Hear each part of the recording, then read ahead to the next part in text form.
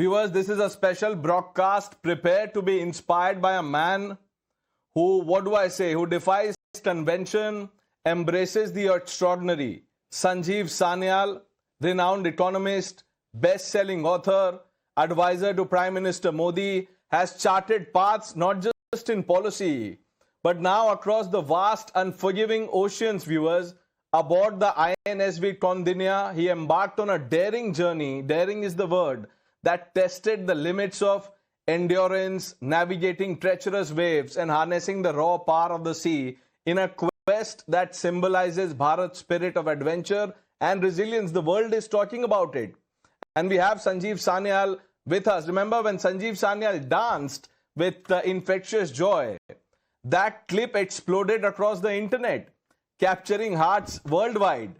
Then everybody was talking about his dance. Now that he has sailed into the unknown, conquering the elements with unwavering determination, the world is buzzing once more, whispering tales of his courage and wondering what epic feat this multifaceted trailblazer will conquer next. So let's talk to him without any delay about his historic and remarkable journey. Sir, pleasure to have you with us. Pleasure to be here. Let me start by asking you when was the first time that this wild idea came into your mind? So, well, if you remember, about a decade ago, I published a book called The Ocean of Churn, which was a history of the Indian Ocean. So, while doing that research, I had come across all these references to Indian stitched ships in ancient times. But at that time, I was just writing a book, so there was no thought of actually building one of them. But it was really during the COVID period, sitting alone in North Block, working on our economic response to the COVID pandemic. One of the things I diverted my mind with was toying with the idea of actually building one of these ships. So that's when the idea really popped up in my mind, and then I wrote a short note with the idea of building this. And then one thing led to the other. I had the Honorable Prime Minister gave me his blessings. Then the Ministry of Culture said that they would fund it. The Indian Navy very enthusiastically said they would help both supervise the building and also the manning of an expedition to prove that these ships could sail. And then, of course, through the course of 2025, we tested this ship off the coast of Karwar. I was part of that team that did it, did the testing and the training. And then from 29th of December, we sailed for 18 days to Muscat. Now, I'm sure you must have, during the course of writing the book, spoken to some people about this idea. Were people who, do you want to share with us those feedbacks that you've not talked about really? Like, Sanjeev, forget about this. This is not happening. What are you even talking about? So I think, when I first thought of doing this, as I said, I just wrote a short presentation about the idea. And I think the first few people I talked to included my wife. She did take it seriously because she knows me well that once I come up with a madcap idea, I very often do follow it through. So she began to look on this with some degree of suspicion. But I chugged away with it. And then at some point, the presentation looked good enough that I actually showed it to the Honorable Prime Minister. He looked at me and said, "Karo." And then he waited for a second and then he said, "Par doobna mat." So with that encouragement, I then took it to the then Secretary of Culture, who's now Home Secretary, Govind Mohan, and showed him the idea. And he said, okay, maybe we could fund something like this. But even I think he thought that it may be a bit too far to actually design and build a ship. So somewhere along the way, I got the help of the Indian Navy.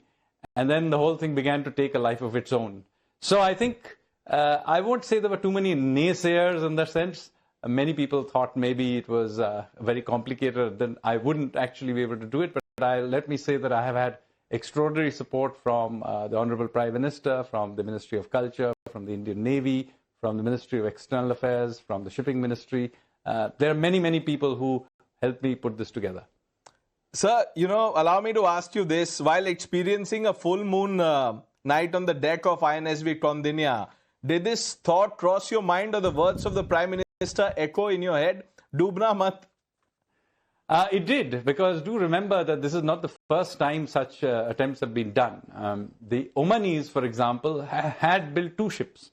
One of them, the Jewel of Muscat, did sail, and it sailed all the way past India, all the way through to Singapore. So that was successful. But they had also attempted another project which had sunk just 2-3 kilometers off the coast of Muscat. So these things are experimental and risky.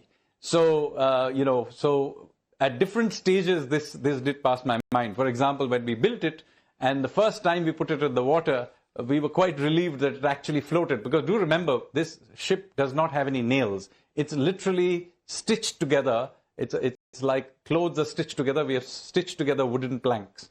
So it was quite a relief. Then it was a relief when we tested it in the sea, and it still performed well.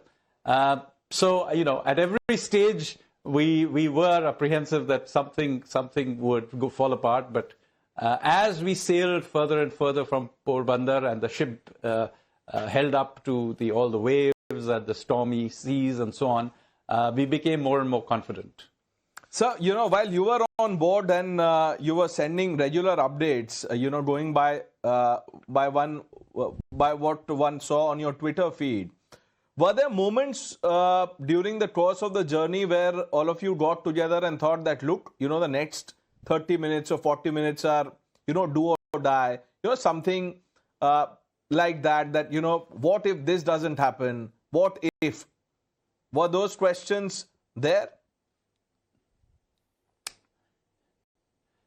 So I don't think we faced anything as a do or die kind of situation, but there were difficult periods. And it was true right from the beginning. So when we left Porbandar, the first problem we faced was that we had winds blowing directly from the west. Now, modern sailing ships can sail at an angle to the wind. But we have an ancient design called a square sail rig. So there, we basically have to sail in more or less the direction the wind is blowing. Now, remember, we have to go west. If the wind is blowing from the west, we can't directly sail into it.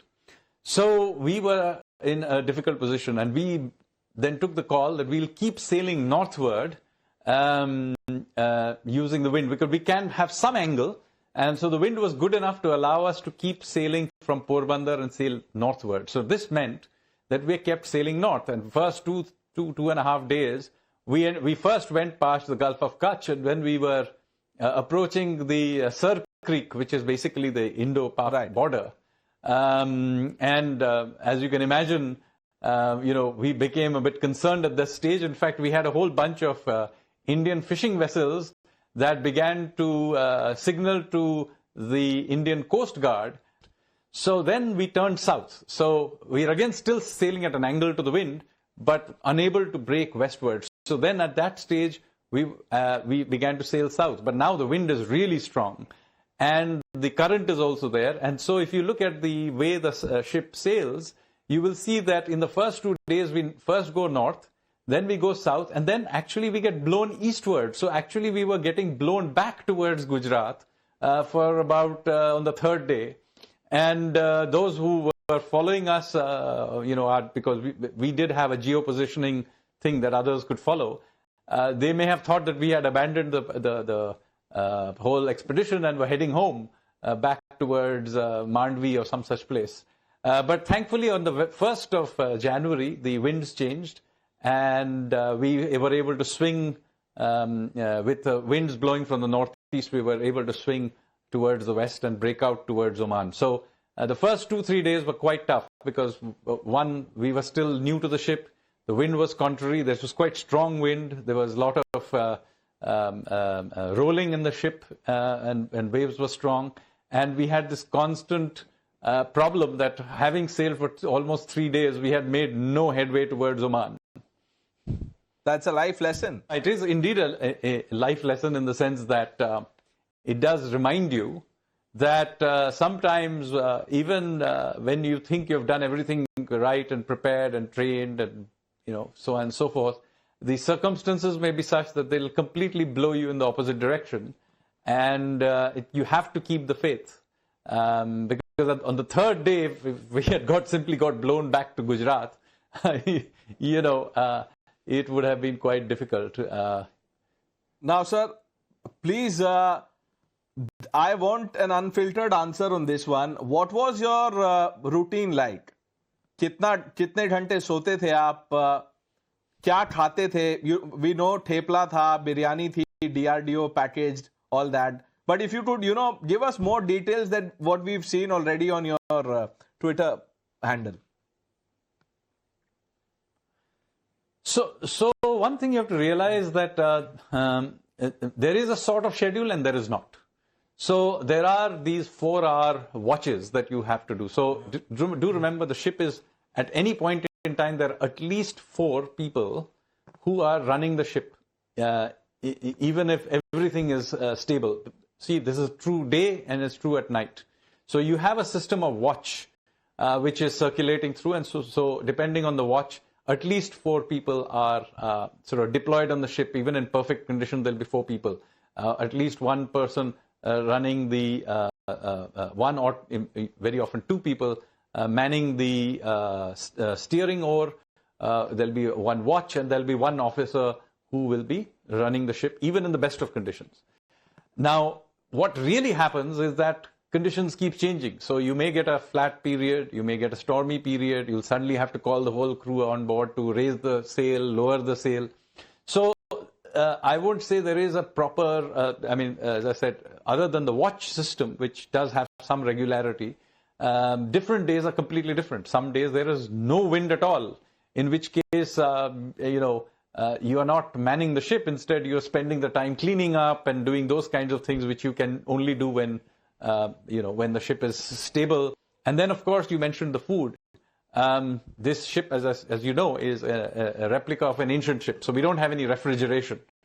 So after about 6 days or so, all the fresh vegetables ran out, which was not surprising. I mean, that's what we expected would happen.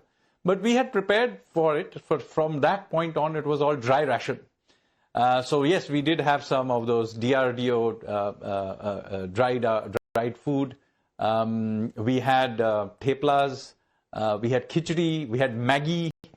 But let me say, having khichdi or Maggi without any kind of fresh vegetables and so on, after a while does get on your nerves. On the other hand, you had to really crawl between the water and the food supplies and your medical kit and find some space and crawl there and sleep. That was one option. Or what I did for most of the time was sleep on the deck, which was great on full moon nights. It could look all very romantic. But supposing it was a windy day and it was raining and so on, and then it was quite wet, in fact, you may have to go down into the hold after all. So it depended on what the circumstances were. You do get used to some part of it. Right. But yeah, I mean, what about water, sir? Were you carrying enough water that lasted the journey, or was there some filter system? How did you manage water, fresh drinking water? No, we carried enough water for over 20 days, so about 22 days or so, but it is rationed.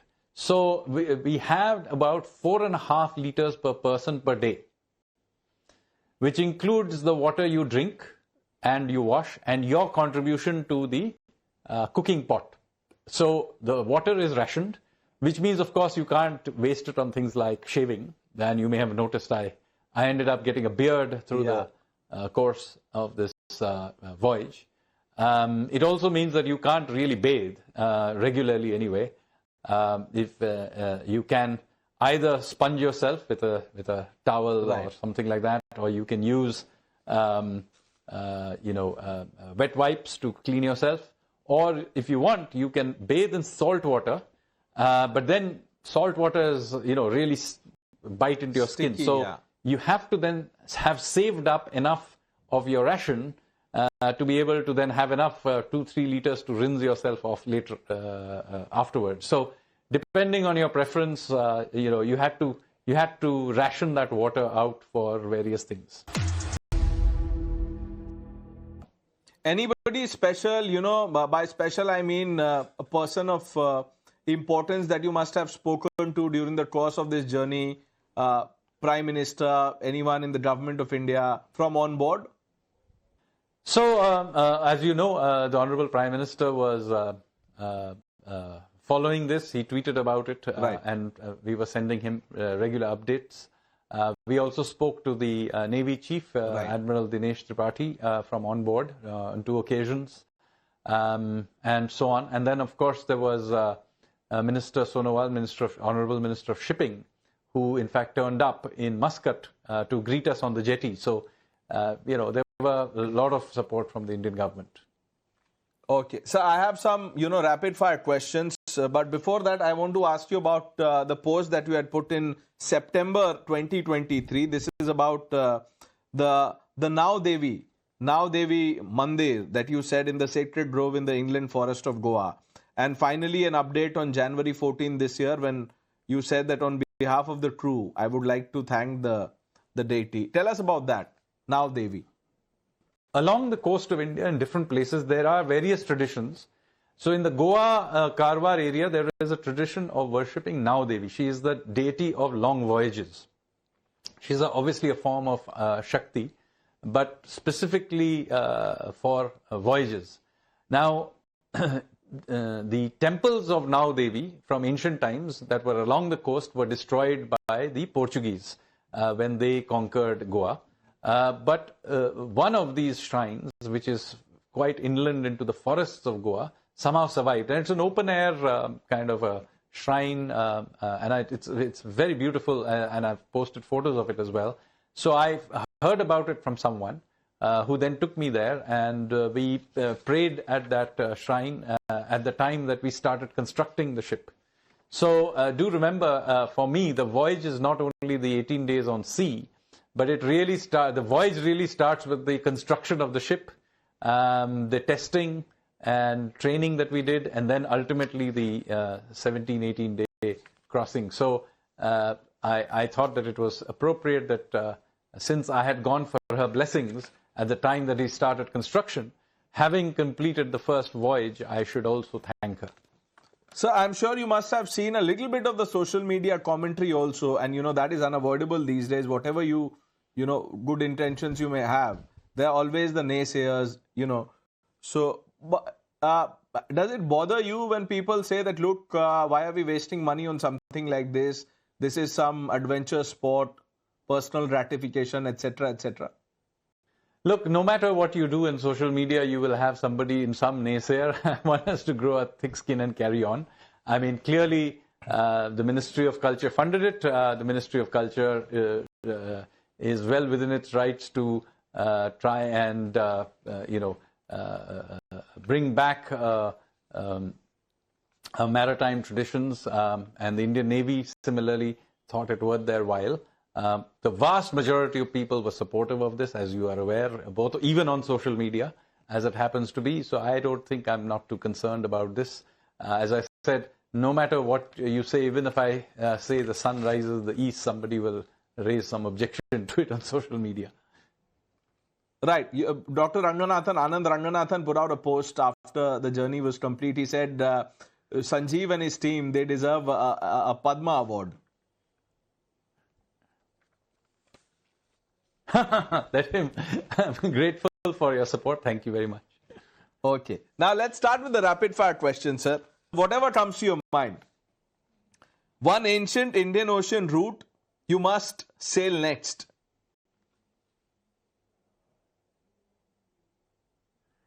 Well, we have obviously done the West Coast, but the East Coast has just as rich a tradition. Bengal, my home state, has a rich maritime tradition, as does all the other states. Odisha has, Andhra and Tamil Nadu have.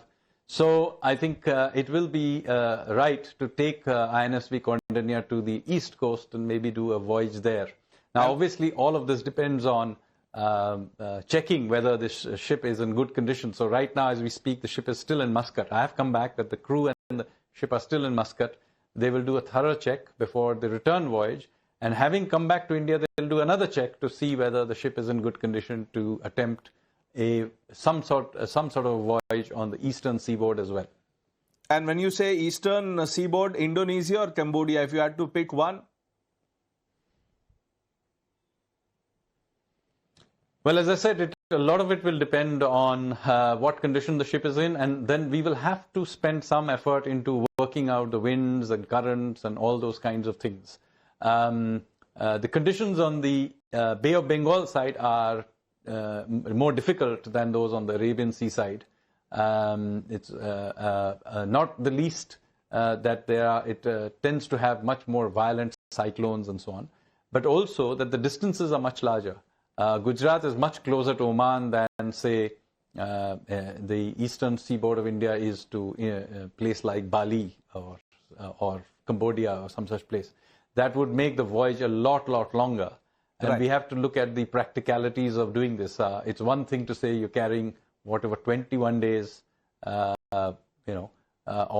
saying that you have to carry it for 3 months or something like that. So we'll have to work out the staging points where we will have to give the crew a rest. Because remember that even in ancient times, they didn't sail in one shot to a place like Bali or Cambodia or so on. They would have taken a whole year doing it because they would have gone somewhere, traded there, waited for the winds to change. Now, some of those things may not be practical because, having a crew of 18, but also there's a huge backup crew from the Indian Navy, how much support and resources they can put to keep a ship on, keeping it sailing for months on end. That is something we'll have to look at. So there are many practicalities. And of course, do remember, this is a stitch ship. It is an experimental ship. We don't want to push it past the point where the ship itself begins to have problems. So all of these practicalities can only be looked at after the ship has returned back to India from the return journey. I just want to add very quickly, viewers, the man of details that Sanjeev Sanyal is. This has to be the lengthiest, rapid fire answer because he will not say anything without adding details, contexts. But let's carry on, sir. I understand what you're trying to do here. One historical person, if you could have on board INSV Kaundinya, who would it be?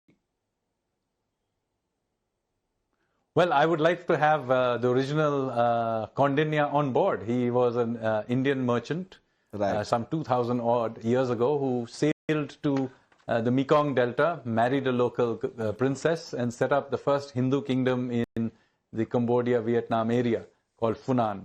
So it would have been fantastic to have Kaundinya himself on board. Well said. One modern habit that you think that, ancient sailors would laugh at?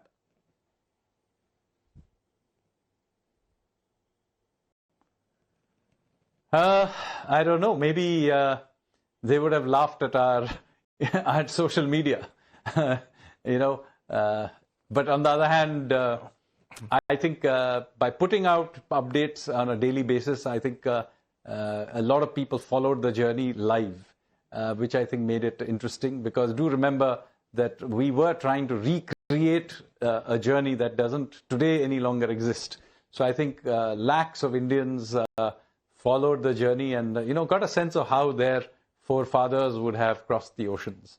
Thank you, sir. This was a 17 days journey. I can't sum all of it into a 30-minute conversation. Is there anything, sir, that I have not asked you, something fascinating that you've missed sharing with us?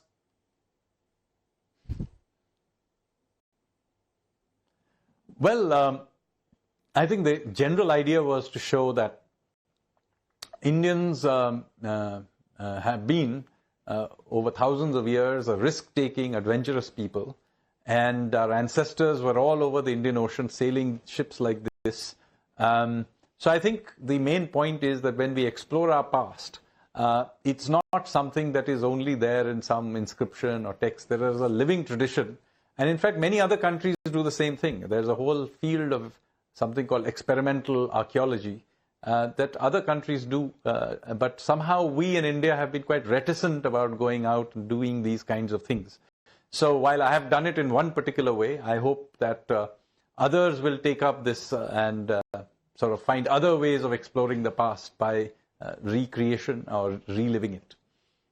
Wonderful talking to you, sir. Thank you for making this possible for so many people like me to understand the journey of INSV Kaundinya in such lucid detail. We wish you all the best for anything else that whether madcap or anything else that you have in mind, and may you always have success in whatever you do. Thank you, Sanjeev Sanyal, for talking to Times Now.